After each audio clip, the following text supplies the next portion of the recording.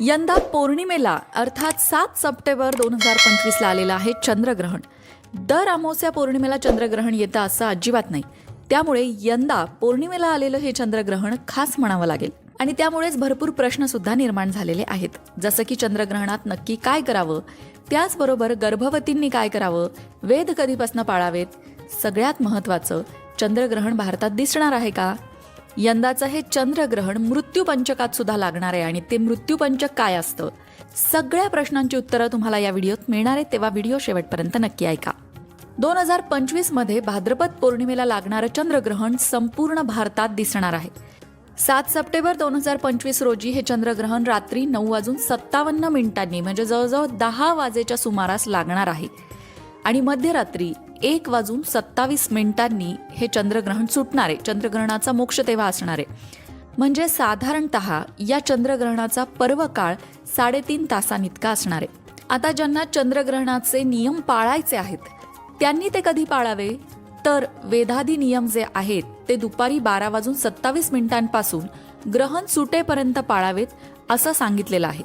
पण त्यातही ज्या व्यक्ती वृद्ध आहेत, आजारी आहेत, अशक्त आहेत, त्याचबरोबर जी लहान मुलं आहेत आणि ज्या गर्भवती महिला आहेत त्यांनी वेद पाळायला संध्याकाळी 5:15 पासून सुरुवात करायची.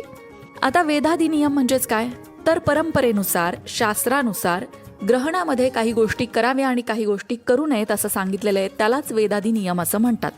मग यामध्ये ग्रहण काळात पानं, फुलं, गवत, लाकूड तोडू नये, त्याचबरोबर भोजन करू नये, कोणत्याही प्रकारचं शुभ कर्म ग्रहण काळात करू नये, नवीन कार्याचा आरंभ सुद्धा ग्रहण कार्यात करू नये, असे अनेक नियम सांगितलेले आहेत. पण अर्थात आपल्या प्रकृतीला जे झेपतील, जे आपल्या बुद्धीला पटतील तेच नियम तुम्ही पाळायला हवेत. परंपरेने सांगितलंय पण आपल्याला पटत नाहीये किंवा आपल्या मनात त्याबद्दल शंका आहे, तर अशा गोष्टींचं पालन मुळीच करू नये. हो, पण ग्रहण काळामध्ये काही गोष्टी तुम्ही आवर्जून करू शकता. जसं की ग्रहण काळामध्ये गायींना चारा, पक्ष्यांना दाणे, गरजूंना वस्त्राचं दान केल्यास अनेक पटींनी पुण्य लाभतं असं म्हणतात.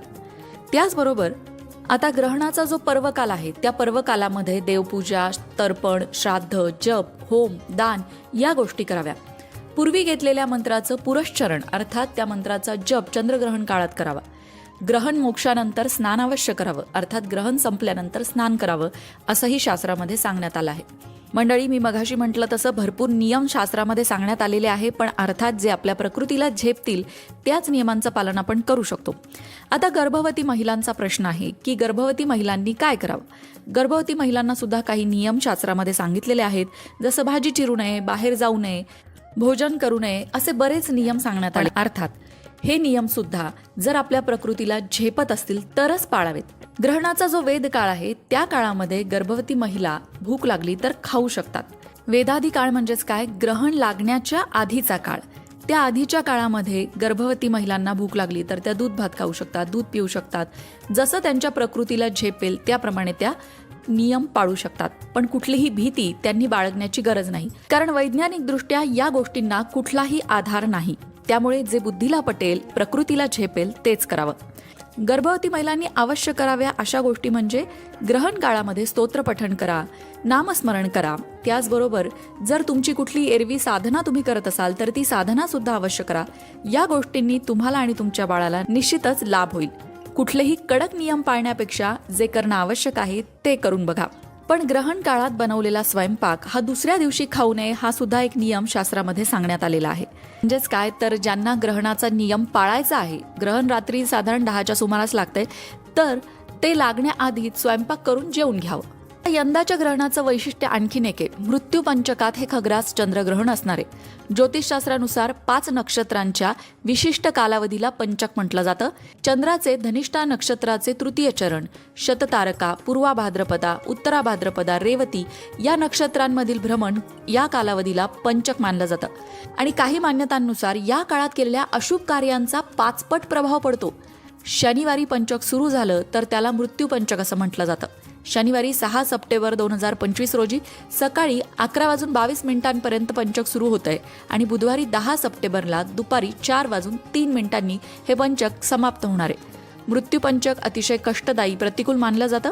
पंचक कालावधीत चंद्राचा पृथ्वीवर सर्वाधिक प्रभाव असल्याचं मानलं जातं. रविवारी 7 सप्टेंबर रोजी खग्रास चंद्रग्रहण असणार आहे. राशीनुसार बघायला गेलं तर हे ग्रहण मेष, वृषभ, कन्या, धनु या राशींना शुभफल देणारे. मिथुन, सिंह, तुला, मकर या राशींना मिश्र फल म्हणजे कुछ खट्टा कुछ मिठा असं काहीतरी घडू शकतं. कर्क, वृश्चिक, कुंभ, मीन या राशींना मात्र सावध राहण्याचा सल्ला या ग्रहणात दिला जातो. मंडळी, वास्तुशास्त्र, ज्योतिषशास्त्र, अंकशास्त्र यासारख्या विषयांवर तुमच्या मनात काही शंका असतील तर त्या कमेंट बॉक्समध्ये नक्की विचारा. तुमच्या प्रश्नांची उत्तरं घेऊन येण्याचा प्रयत्न आम्ही नक्कीच करू. त्याचबरोबर आणखीन कोणत्या विषयांवरचे व्हिडिओ तुम्हाला ऐकायला आवडतील ते सुद्धा कमेंट करून सांगा. म्हणजे तुम्हाला हव्या असणाऱ्या विषयांवर सुद्धा व्हिडिओ घेऊन आम्ही येऊ. ज्योतिषशास्त्र, अंकशास्त्र, वास्तुशास्त्र यांसारख्या विषयांवरचं योग्य मार्गदर्शन तुमच्यापर्यंत पोहोचवण्याचा आमचा हा प्रयत्न आहे. तेव्हा तुमच्या शंका कमेंट बॉक्समध्ये नक्की विचारा. अशाच प्रकारच्या माहितीपूर्ण व्हिडिओंसाठी लोकमत भक्ती चॅनलला सबस्क्राईब करा आणि बेल आयकॉनवर सुद्धा क्लिक करा. म्हणजे आमच्या नवनवीन व्हिडिओचं नोटिफिकेशन तुम्हाला मिळत राहील. तसंच योग्य आध्यात्मिक मार्गदर्शनासाठी लोकमत भक्तीच्या फेसबुक पेजला